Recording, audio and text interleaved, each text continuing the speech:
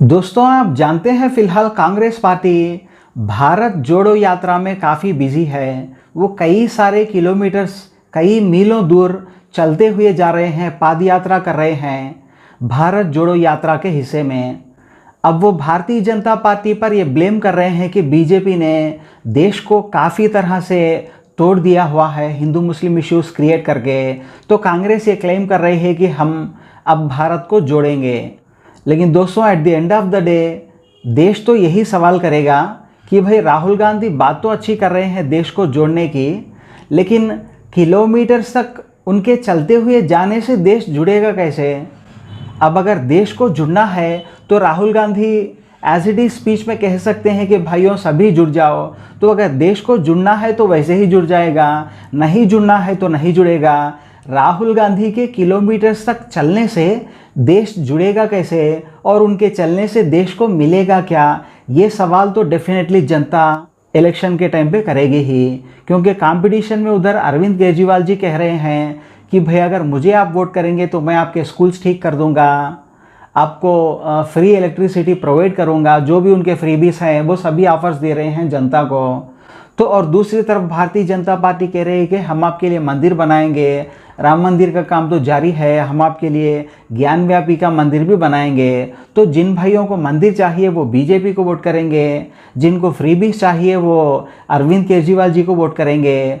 तो राहुल गांधी को वोट करने के टाइम पे जनता डेफिनेटली पूछेगी कि आखिर कांग्रेस पार्टी हमें क्या देगी। बात तो कांग्रेस पार्टी अच्छी कर रही है कि भारत जोड़ो यात्रा जो वो काम कर रहे हैं, जोड़ने की बात कर रहे हैं, लेकिन उनके चलने से भारत कैसे जुड़ेगा, ये तो डेफिनेटली सवाल खड़ा होगा।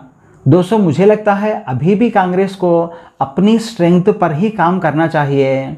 जो कमाल का उन्होंने परफॉर्मेंस दिखाया था मनमोहन जी की सरकार में, जो इकनॉमी उन्होंने देश की चलाई थी, जो महंगाई को पूरी तरह से उन्होंने कंट्रोल किया था, उसी मुद्दे पर मुझे लगता है उन्हें चुनाव लड़ना चाहिए। भारत जोड़ो यात्रा तो सही है, लेकिन उसके लिए चलने से मुझे नहीं लगता कि देश को कुछ मिलने वाला है।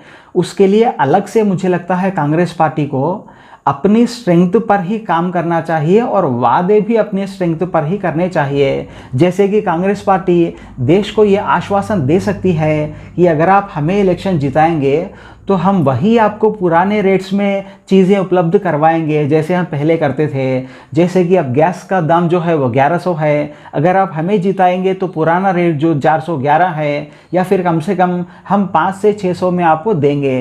तो जो कांग्रेस पार्टी की स्ट्रेंथ है ऑलरेडी उसमें वो प्रूव कर चुके हैं। उसी वादे पर मुझे लगता है अगर वो चुनाव लड़ेंगे तो कुछ चांसेस उनके बनते हैं इलेक्शन जीतने के।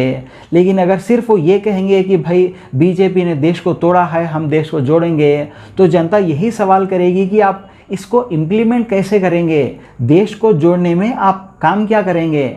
मतलब राहुल गांधी के चलने से तो देश नहीं जुड़ सकता। तो डेफिनेटली यहाँ पर कांग्रेस पार्टी का इरादा तो अच्छा ही लग रहा है, लेकिन वो इसको इम्प्लीमेंट कैसे करेंगे इस पर उनका कोई ख़ास बयान सामने नहीं आ रहा। तो मुझे लगता है इस भारत जोड़ो यात्रा से इलेक्शन में 1% भी फ़र्क नहीं पड़ने वाला।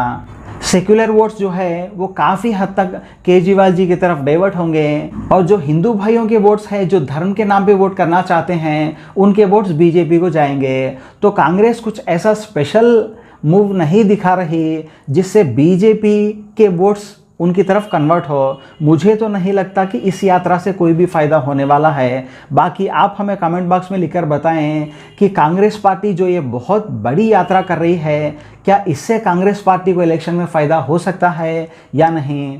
आप हमें कमेंट बॉक्स में लिखकर बताएं। Thank you so much guys.